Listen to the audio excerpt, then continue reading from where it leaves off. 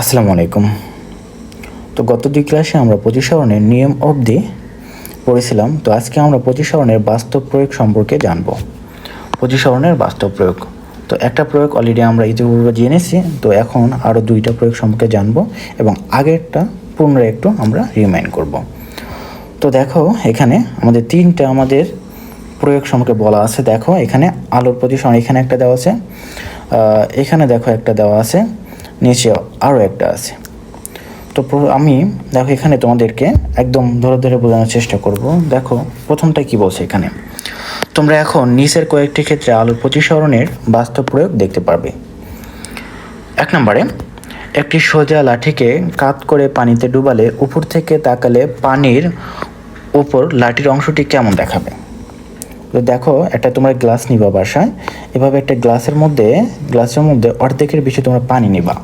পানি নেওয়ার পরে সেখানে তোমরা একটা কাঠি এভাবে দিবা বা পেন্সিল এভাবে দিবা, কাত করে একটা পেন্সিল রাখবা, তির্যকভাবে রাখবা। তারপরে কি দেখতে পাবে, দেখো এখানে পর্যবেক্ষণ করে দেখো লাঠিটি ছোট দেখাবে, মোটা দেখাবে এবং উপরের দিকে যাচ্ছে বলে মনে হচ্ছে। অর্থাৎ কি দেখাবে, এটা কিন্তু একদম ভেরি ভেরি ইম্পর্টেন্ট জিনিস মনে রাখতে হবে। অর্থাৎ লাঠিটি ছোট দেখাবে, মোটা দেখাবে এবং উপরের দিকে দেখা যাচ্ছে বলে মনে হবে। ঠিক আছে, এখন দেখো আসলে প্রতিসরণের ফলে এমন হচ্ছে, তাহলে এমন হওয়ার কারণ কি? প্রতিসরণ চিত্র অনুসারে এখানে ঘন মাধ্যম থেকে ঘন মাধ্যম যেমন পানি থেকে আলো প্রতিসরিত হয়ে হালকা মাধ্যমে তোমার চোখে প্রতিফলিত হচ্ছে। লাঠিটির নিবেদিত অংশের প্রতিটি বিন্দু উপরে উঠে আসে, ফলে লাঠিকে খানিকটা উপরে দৈর্ঘ্যে কম এবং মোটা দেখায়। আশা করি বুঝতে পারছো। না বুঝলে আমি তোমাদেরকে আরও একটু ডিপলি এবং সহজভাবে বোঝানোর চেষ্টা করতেছি। তাহলে এখানে দেখো যেটা বলছে আগে সেটা একটু বলি। দেখো এখানে বলছে তাহলে এই ঘটনাটা ঘটে মেলে আমাদের আলোর প্রতিসরণের কারণে। তো এখন তোমাদের এখানে যতটুকু আমি পড়লাম এখানে ক্লিয়ার নাও হতে পারে। তো আমি একটা কনসেপ্ট দিচ্ছি, সেটা দিয়ে সবগুলো আমাদের কনসেপ্ট ক্লিয়ার হয়ে যাবে। তো দেখো যে এই তিনটা প্রয়োগই আমরা একটা মাত্র কনসেপ্ট, সেটা হলো আলোর প্রতিসরণ দিয়ে বুঝতে পারি। তো সেই কনসেপ্টটা কি? দেখো কনসেপ্টটা যদি আমি তোমাদের একটু বলি, যে সেই কনসেপ্টটা কি, যে একটা কনসেপ্ট দিয়ে আমরা মেইনলি এই তিনটা জিনিস বুঝতে পারবো।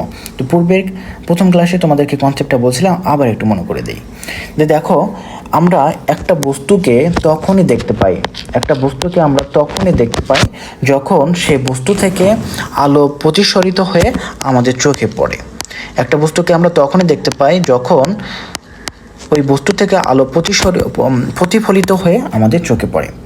তাহলে মনে করো সাপোজ এখানে একটা সূর্য থেকে আলো আমাদের এই বস্তুতে গিয়ে পড়লো এবং সেই আলোটা প্রতিফলিত হয়ে আমাদের চোখে আসলো, তখনই আমরা এই বস্তুটাকে দেখতে পাবো, তাই কি নয়? হ্যাঁ, অবশ্যই তাই। তাহলে দেখো এই গ্লাসের মধ্যে যখন আমরা গ্লাসের দিকে খেয়াল করো, যে এই গ্লাসের মধ্যে যখন আমরা একটা কাঠি বা পেন্সিল যখন হেলান দিয়ে রাখবো, তখন এই পেন্সিলটার নিচের অংশকে আমরা কখন দেখতে পারবো বা পুরো অংশটা কখন দেখতে পারবো? যখন এখান থেকে আলো প্রতিফলিত হয়ে যখন আমাদের চোখে এসে পড়বে। তো দেখো এই আলোটা আমাদের চোখে প্রতিফলিত হয়ে আমাদের চোখে আসতে তাকে কি করতে হয়? তা আমরা জানি যে আলোকরশ্মি যখন এক স্বচ্ছ মাধ্যম থেকে অন্য স্বচ্ছ মাধ্যমে প্রবেশ করে তখন তার দিকের পরিবর্তন হয়, এটাকে বলা হয় প্রতিসরণ। তো এখানে দেখো আলো এখানে এই কাঠিতে পড়ে আমাদের চোখে আসতে এখানে প্রতিসরণ হয়, অর্থাৎ প্রতিফলনের ক্ষেত্রে আমাদের কি হয়? প্রতিসরণের ঘটনাটা ঘটে। কিভাবে দেখো, তো মনে করো যে কোনো একটা বাইরের সোর্স থেকে আমাদের বা সূর্য ছিল, এখানে সূর্যের আলো থেকে আলোটা আমাদের এই কাঠিতে পড়ছে। সাপোজ দেখো আমাদের উপরে যেমন প্রতিটা খণ্ডে আমাদের আলো পড়ছে, ঠিক তেমনি আমাদের পানির নিচে নিমজ্জিত অংশের মধ্যেও কিন্তু আলো পড়ছে এবং স্বচ্ছ মাধ্যম হওয়ার কারণে সেটা আমরা দেখতে পাচ্ছি, কিন্তু দেখতে পাচ্ছি সেটা অনেকটা ছোট খাটো এবং উপরের দিকে ওঠানো। তো কেন এটা? দেখো তাহলে এইটা আমরা তখনই দেখতে পাচ্ছি যখন এখান থেকে আলো আমাদের চোখে পড়তেছে। তো দেখো ওই আলোটা প্রতিফলিত হয়ে আমাদের চোখে আসতে গেলে তাকে দুইটা মাধ্যম অতিক্রম করতে হয়। কিভাবে দেখো, যে সূর্যের আলোটা তার গায়ে লাগলো প্রতিটা বিন্দুতে, এবং সেখান থেকে আলোটা আমাদের চোখে আসার ক্ষেত্রে প্রথমে এখানে একটা ঘনমাধ্যম আছে, সেটা হলো কি বলতো পানি। পানিকে অতিক্রম করতে হচ্ছে, অর্থাৎ ঘনমাধ্যম পানি অতিক্রম করতে হচ্ছে। পরবর্তীতে এখানে দেখো বায়বীয় মাধ্যম আছে পুরোটুকু, এইটুকু অতিক্রম করতে হচ্ছে। দেখো দুইটা মাধ্যম, যেহেতু এখানে দেখো দুইটা মাধ্যম ষষ্ঠ মাধ্যমকে পানিকে আমাদের বায়ুকে অতিক্রম করতে হয়েছে, এই জন্য দেখো এই যে বিভেদ তল অর্থাৎ পানি এবং বায়ুর যে আমাদের বিভেদ তল আছে, এখানে কিন্তু তার দিকের পরিবর্তন হয়। তো এখানে দিকের পরিবর্তন হওয়ার কারণে আমরা আমাদের এই পেন্সিলের পানিতে নিমজ্জিত বা কাঠির পানিতে নিমজ্জিত অংশটা অনেকটা ছোট, মোটা এবং উপরের দিকে ওঠানো মনে হয়। আশা করি বুঝতে পারছো বিষয়টা। তো এই বাকি দুই ক্ষেত্রেও কিন্তু এরকম সেম বিষয়টাই ঘটে।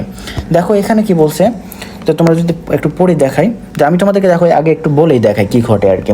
তোমরা অনেকে দেখবা বাসায়, তোমাদের যারা গ্রামে বাসা, তোমরা দেখো তোমরা পলো দিয়ে বা ট্যাটা দিয়ে তোমরা পানিতে মাছ মারো, তাই না? আমি মারি, যেমনটা বাসায় গেলে।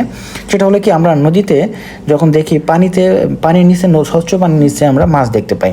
যে দেখো এখানে স্বচ্ছ পানিতে এখানে মনে করো মাছ ছিল, এখানে মাছটা ছিল, কিন্তু যখন আমরা লাইট মারি তির্যকভাবে, যখন ওই মাছের উপরে লাইট মারি, তখন মাছটাকে এখানে আর দেখায় না, দেখাই হলো এখানে। তো এখানে দেখার কারণটা কি, দেখো ঠিক আগের সেম অবস্থায় আমরা যখন এর উপরে মাছের উপর আলো ফেলি, তখন দেখো এই আলোটা যখন মাছের গায়ে লেগে আমাদের চোখে আসে, তখন আমরা মাছকে দেখতে পাই, অর্থাৎ প্রতিফলনের কারণে মাছটা দেখতে পাই। কিন্তু এই প্রতিফলনের কারণে মানে চোখে এই আলোটা মাছে লেগে আমাদের চোখে আসতে তাকে দুইটা মাধ্যম অতিক্রম করতে হয়, একটা পানি মাধ্যম, একটা বায়ু মাধ্যম। দেখো এই যে মাধ্যমের পরিবর্তন, এক মাধ্যম থেকে অন্য মাধ্যমে যাওয়ার অবস্থানে তার দিকের পরিবর্তন হয়ে যায়, যার কারণে কি হবে, এই মাছটাকে আর মাছের জায়গায় দেখা যায় না, এটা অনেকটা উপরে দেখা যায়, উপরে ওঠানো দেখা যায়। তো এবং একটু বড় দেখানো যেতে পারে, খাটো এবং মোটা দেখানো যেতে পারে। তো ঠিক এমনটাই যে দেখবা যে অনেক সময় এমন হয় যে পানির নিচে আমরা একটা ছোট মাছ দেখলাম, কিন্তু সেটা মোটা মাছ দেখলাম, এরকম হয় যে পানির নিচে থেকে আমরা ওঠানোর পরে দেখি না মাছটা ছোটোই ছিল, ঠিক আছে। কিন্তু দেখা যায় এখানে দেখো তোমরা একটা জিনিস খেয়াল করবা, যে দক্ষ ছাড়া তুমি যদি ফার্স্ট টাইমে মাছ মারতে যাও, সেক্ষেত্রে তুমি যদি ট্যাটা হানো, সেক্ষেত্রে দেখবা তোমার মাছটা লাগবে না, যদি তোমরা তির্যকভাবে লাইটটা ফেলো, ঠিক আছে। কেননা মাছটা কিন্তু আমরা যেখানে দেখতে পাই তার থেকে একটু কি থাকে বলতো, নিচে থাকে, কিন্তু আমরা দেখতে পাই উপরে। আমরা উপরে মারলে কিন্তু আমাদের লাগবে না, একটু নিচে মারতে হয়, ঠিক আছে। তো সেক্ষেত্রে দেখো একজন দক্ষ যে ব্যক্তি মাছ মারে, সে কিন্তু দুইটা কৌশল অবলম্বন করতে পারে। সে জানে যে মাছটা দেখাচ্ছে এখান থেকে একটু নিচে থাকবে মাছটা, এটা একটা কৌশল। আর একটা কৌশল, যারা মাছ মারে তারা কিন্তু তখন আর তির্যকভাবে লাইটটা ফেলে না, যখন একটা বড় মাছ দেখতে পায় তখন কি করে, সে অবিলম্ব বরাবর বা সোজা খাড়া লাইট নিক্ষেপ করে। তখন আমরা একটু আগে দেখলাম, যখন আমরা খাড়াভাবে লাইট নিক্ষেপ করি, মানে আমরা যখন অবিলম্ব বরাবর আলোক রশ্মি পড়ে, তখন তার প্রতিসরণ হয় না, অর্থাৎ বস্তুটি বা মাছটি যেখানে আছে সেখানে দেখা যাবে। সো তোমরা যদি কখনো মাছ মারতে যাও, সেক্ষেত্রে তোমরা কি করবা, প্রথম টাইমে তোমরা খাড়াভাবে লাইট মারবা, সেক্ষেত্রে তোমরা মাছ সঠিকভাবে আইডেন্টিফাই করতে পারবা এবং মারতে পারবা। তো ঠিক আছে, তো মাছটা দেখো, তোমরা কি কখনো মাছ শিকার করেছো? সাধারণ পানিতে যে জায়গায় মাছ দেখা যায়, আসলে কিন্তু ওই মাছটি ওই জায়গায় থাকে মোটেই না। আসলে যে মাছটি আমরা দেখি, এটি হলো তার অবাস্তব প্রতিবিম্ব। প্রকৃতপক্ষে মাছ থাকে আরেকটু দূরে এবং গভীরে। যদি তুমি টেটা বা কোচ দিয়ে মাছ মারতে চাও, তাহলে এটিকে মারতে হবে আরও নিচে এবং দূরে। তো আশা করি বুঝতে পারছো। তাহলে আমাদের টেটা মারতে হবে কোথায়, আর একটু নিচে এবং দূরে, অথবা আমাদের সোজা লম্বাভাবে মারতে হবে, তাহলে মাছকে আমরা পাবো। তো এর আগেটা কী ছিল বলো তো, আমাদের ছিল একটা গ্লাসের মধ্যে কয়েন ছিল, সেক্ষেত্রে গ্লাসের মধ্যে কয়েনটাকে আমরা একটু উপরে দেখতে পারবো, ঠিক আছে। তো এখানে যদি রিডিং করে দেয়, দেখো একটি স্টিলের মগ বা চীনামাটির বাটি নাও, এরপর মগ বা বাটিতে একটি মুদ্রা রাখো। এখন তোমার চোখে এমন স্থানে রাখো যেন তুমি মুদ্রাটিকে দেখতেও না পাও। এরপর অন্য একজনকে ধীরে ধীরে মগ বা পাত্রে পানি ঢালতে বলো। কি হবে এবং কেন হবে তা বলতে পারবে? দেখো, পর্যবেক্ষণ করে দেখবে, আস্তে আস্তে তুমি মুদ্রার দিকে দেখতে পাবে। এটি প্রতিসরণের ফলে সম্ভব হয়েছে, অর্থাৎ প্রতিসরণের ফলে আলো ঘনমাধ্যম পানি থেকে হালকা মাধ্যম বায়ুতে তোমার চোখে এসে প্রতিসরিত হওয়ায় তুমি মুদ্রাটিকে অবাস্তব প্রতিবিম্ব দেখতে পাচ্ছ। তো তো আশা করি দেখো এখানে তেমন কিছু নাই, তো এখানে বলছে যেটা আসলে মেইনলি যেটা হয় যে তুমি সাধারণভাবে দেখতে পাচ্ছিলে না এখান থেকে, বাট কিন্তু তুমি যখন এখানে পানি ফেলতেছিলা তার কারণ দেখো এই অবস্থানে থেকে তুমি দেখতে পারতেছিলে না, তখন দেখার কথা না। তোমার এই অবস্থান থেকে তোমার মুদ্রাটিকে দেখো এখানে যেটা একটু ক্রিটিক্যাল একটা বিষয়, তোমরা যদি একটু মনোযোগ দিয়ে বুঝতে পারবা। মনে করো আমি এখানে থেকে আমার চোখ ছিল, মনে করো আমি তাকাইছিলাম আর আমাদের কয়েনটা ছিল অনেক নিচে ছিল, আমি সেখানে বুঝতে পারতেছিলাম না যে আসলে এটা কিভাবে কি হলো, দেখা যাচ্ছে না আর কি, যে কয়েন এখানে তুমি রাখছো এখান থেকে দেখা যাচ্ছে না। তবে দেখো এখন যদি আমরা এই পাত্রের মধ্যে পানি ঢালি ধীরে ধীরে, অর্থাৎ পানি এই পর্যন্ত পানি করি, সেক্ষেত্রে দেখো আমরা জানি প্রতিসরণের কারণে আমাদের এই কয়েনটা কিন্তু একটা উপরের দিকে উঠানো দেখাবে, এখানে একটা অবস্থা প্রতিবিম্ব তৈরি হবে, তখন কিন্তু আমরা এখানে দেখতে পাবো। ঠিক আছে, অর্থাৎ যেহেতু উপর দিকে ওঠানো হবে তখন আমরা এই অবস্থা থেকে দেখতে পাবো, এটা প্রতিসরণের কারণে সম্ভব। তো যাই হোক, এই অবধি ছিল আজকের ক্লাস। পরবর্তী ক্লাসে আমি তোমাদেরকে পূর্ণ অভ্যন্তরীণ প্রতিফলনটা শেখানোর চেষ্টা করব। দেখো আরও একটা টপিক এখানে বাদ পড়ছে, দেখো এটা আমাদের বলে দেই, সেটা দেখো 4টে ছিল এখানে। দেখো তুমি নিশ্চয়ই বর্ষাকালে দেখছো যে পুকুর ঘাট পানিতে তলিয়ে যায়। বর্ষার স্বচ্ছ পানির জন্য পুকুর ঘাটের সিঁড়িটা কোথায় দেখা যায়? আসলে এটিকে দেখা যায় এটি থাকে তার চেয়ে একটু নিচে, ফলে অনেকে বুঝতে না পেরে পড়ে যায়।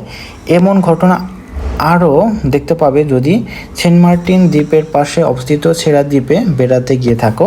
ওখানকার স্বচ্ছ পানিতে নিচের পাথর এবং শৈবাল অনেক কাছে মনে হয়, এটা হয় মূলত আলোর প্রতিসরণের কারণে। তো আশা করি এখানে তোমরা বুঝতে পারছো, তোমরা যারা ওই এলাকায় দিয়ে গেছো তোমরা বুঝতে পারছো। তাছাড়া তোমাদের আশেপাশে যাদের বাসা নদীর আশেপাশে এবং পুকুরে মনে করো স্বচ্ছ পানিতে যদি দেখবা, যদি পুকুর পাড়ে যাও সিঁড়িগুলো উপরে দেখা যায়, বা নদীর পাড়ে গেলে দেখবা যে স্বচ্ছ পানিতে দেখবা নিচের মাটি দেখা যায়, কিন্তু আসলে কিন্তু ওখানে অনেক পানি, নামলে দেখবা তোমরা ডুবে যাচ্ছ, কিন্তু মনে হয় যে অনেক উপরে তোলানো। যাই হোক, তো বুঝতে পারছো বিষয়গুলো, এখানে একটু উল্টা হলো। তো যাই হোক, পরবর্তী ক্লাস যেটা আছে আমাদের পূর্ণ অভ্যন্তরীণ প্রতিফলন এবং সংকট কোণ, এই ক্লাসে বুঝে দেওয়া সম্ভব হলো না, ক্লাসটা বড় হয়ে যাবে। তো পরবর্তী ক্লাস অবধি তোমরা সবাই ভালো থাকো, সুস্থ থাকো, আল্লাহ হাফেজ।